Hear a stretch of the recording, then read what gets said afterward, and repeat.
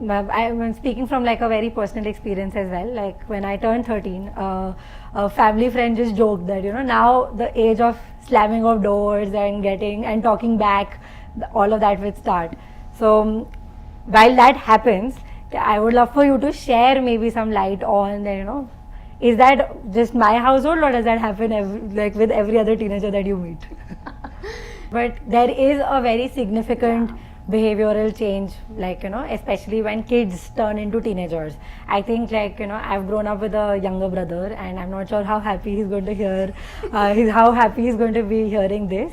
But like things that he was okay with, like hanging out with me or hanging out with mom and dad, suddenly that did not seem cool enough when he turned into a teenager. Even for me, like I think my parents were everything till the time I was a certain age, and then after a point I think I started finding that this is embarrassing, papa, don't do it, don't awkward, yeah, like don't make me awkward, don't say things like this.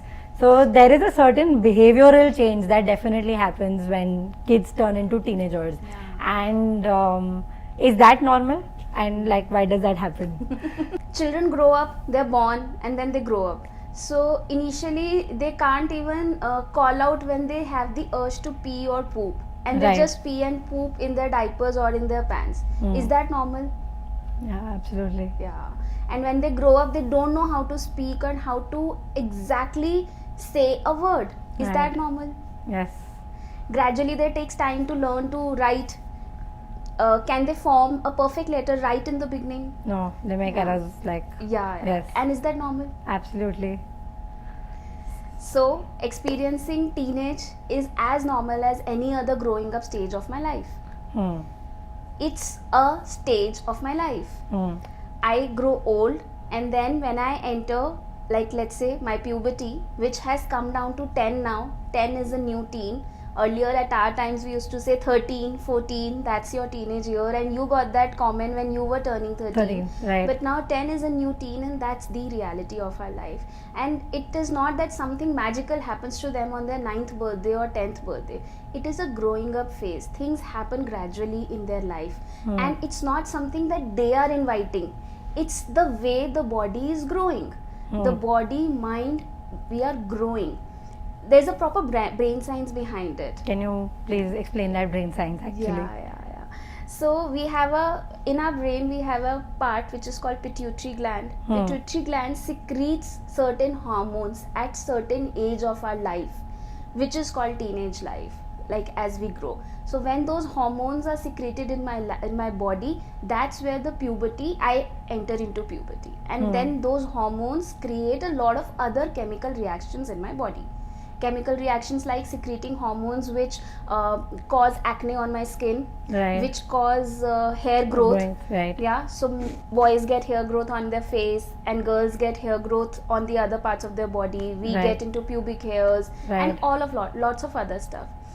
We start experiencing sexual attraction towards the same sex or the opposite sex. That depends upon our sexual orientation. Then we start thinking differently. We start rationalizing things more. We start questioning a lot of things. Till the time we are 8, 9 or 10 years old, it's okay, whatever our parents are saying, we'll do it, we like it or not. But as soon as we enter puberty, we must be noticing that we start questioning. Kyun karna hai? Why do I have to do it? Why do I have to go to temple? Now that I'm on my periods, why can't I go to the temple? Why can't I go to the kitchen? We start adding why to the things. And that obviously appears like a rowdy behavior. It appears like we are causing a ruckus. We are being destructive. That's how it appears outside. But what's happening inside of me is a whole lot of chemical reactions within my body, and I am also struggling with them because I am also experiencing something new happening to me. I am not used to feeling so much. Suddenly my body is looking different and feeling different. People are staring at me differently. I am also conscious of what's happening to me. Earlier it didn't matter to me that what others are thinking about me. Suddenly it has started impacting me. I wonder what people around in the corridor talking about me. I wonder what teachers are thinking about me. Now it starts mattering to me what my parents are saying, thinking about me. How am I performing? Am I performing well? Am I looking good? Am I just a part of the group? it matters. So many questions matters. Even I am confused and I don't like what's happening to me. But yes, I appear as a problem to the world outside because now I am a teenager. Right. What happened? I just got, I was absorbing what you said.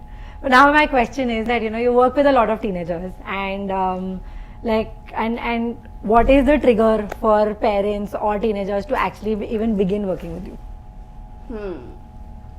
For teenagers and parents to begin working with us. Yes. Yeah. So see, it's been 6 years of educational journey for me. I did my graduation, then post graduation, and then 1 year certified course for being a therapist. And then I'm soon to complete 12 years of working as a child counselor and parent coach. So if I combine these 12 plus 6, 18 years, there is one conclusion that I've come to. Parents specifically, I'm not talking about teenagers, parents come to us for support, for counseling support or any kind of learning parenting support only when they see a dip in their child's academic performance. So even if I'm noticing that there is something unusual happening with my child, अभी तक बहुत obedient था, now he just doesn't follow the rules. He doesn't want to follow the rules. He doesn't want to eat healthy. He doesn't want to sleep on time. He doesn't want to wake up on time. He's just too much on screen. It doesn't matter to me so much. I mean, it matters to me, but it doesn't matter to the extent that I will look at seeking support. Right. For example, if my child has a stomachache, I'll give him a medicine which comes handy to us for 2 days, 3 days. 3 days के बाद भी होगा तो obviously I'll go to the doctor, right? If my child is going through cold and cough, now after COVID, we will not wait for a very long time. We'll immediately see the doctor, go for the tests and do everything. But when it comes to children's mental health, we are not educated. We are not educated to catch the signs and symptoms and indications. We just see that it's just, normal thing. बच्चा बड़ा हो रहा है, बदतमीज हो रहा है, lazy है, करना ही नहीं चाहता है, इंटरेस्ट ही नहीं है, gratitude नहीं है, we are providing so much to them, they just don't realize what we are doing, we are sacrificing so much, and we feel किसके लिए कर रहे हैं, तुम्हारे लिए तो कर रहे हैं, तुम इतने बदतमीज होते जा रहे हो, ये सब चीजें बोलकर और सोचकर हम सेटल हो जाते हैं. But when we see a dip in their academic performance and we see complaints coming from the school on their academic performance, that's where we start seeing them as red flags. And we approach the counselors and coaches majorly when we start getting complaints from school on their academics. Incomplete copies हैं, homework नहीं करते हैं, cheating करते हैं, plagiarism हो रहा है, खुद creatively नहीं लिख रहे हैं, and exams आ रहे हैं, पढ़ना नहीं चाहते हैं, रात भर बच्चों से chatting करते हैं, last moment पढ़ के marks आ जाते हैं, we are not happy with that, बहुत potential है पर करता नहीं है. अगर बच्चा डम्ब होता तो चलता, पर इतना पोटेंशियल वेस्ट जा रहा है ना, ये प्रॉब्लम है. करता क्यों नहीं है? लाइन पे ले आओ इसको बस आप. That's when they come to you. That's when they come to us. This is about parents. Right. And do teenagers seek out support on their own? Teenagers are really, really wanting to seek support. Trust me. So I see a lot of teenagers every day. New children coming to us. And they come to us after seeking support in their school counselor. It's nothing to do with the counselors who are working in school. It's just that students come and say that they are burdened and overworked. They don't have time and patience to meet me at least once a week because they have so many students around them. And most schools actually just have 1 or 2 counselors for the whole audience. Yes, and school counselors are also supposed to do a lot of other things. Like career counseling. Yeah, and group workshops. कोई teacher absent है तो जाओ substitute कर दो. Right. A lot of admin work as well. And generally, a lot of schools employ psychology teachers and expect them to work as a child counselor. Correct, yes. So even students come and teenagers come and tell me that they were not available that much. Secondly, teenagers feel that whatever we will share with the counselor, they are bound to share with our parents. So we don't feel that much safe there. Now, if I will walk in the corridor and walk towards the counselor, other people will see me. Right. One girl recently came to me and she said that because I was performing very high, my teachers were not recommending me to the counselor. So when I used to go to seek the counselor support, I always used to get the comments, what's the problem with you? तुम्हारे marks तो ठीक आ रहे हैं ना, तुम्हें क्यों ज़रूरत है? क्या हो गया एक बार homework नहीं करा तो it's okay. So how academics is related to seeking counseling? That's how children get. Teenagers definitely want to seek support. Most of the teenagers really want to talk.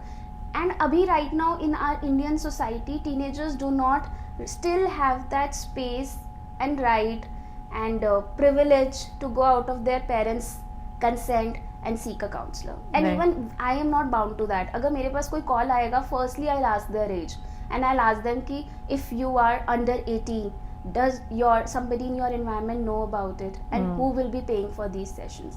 I cannot speak to a child legally under 18 Right. without having Right. their environment in aligned to.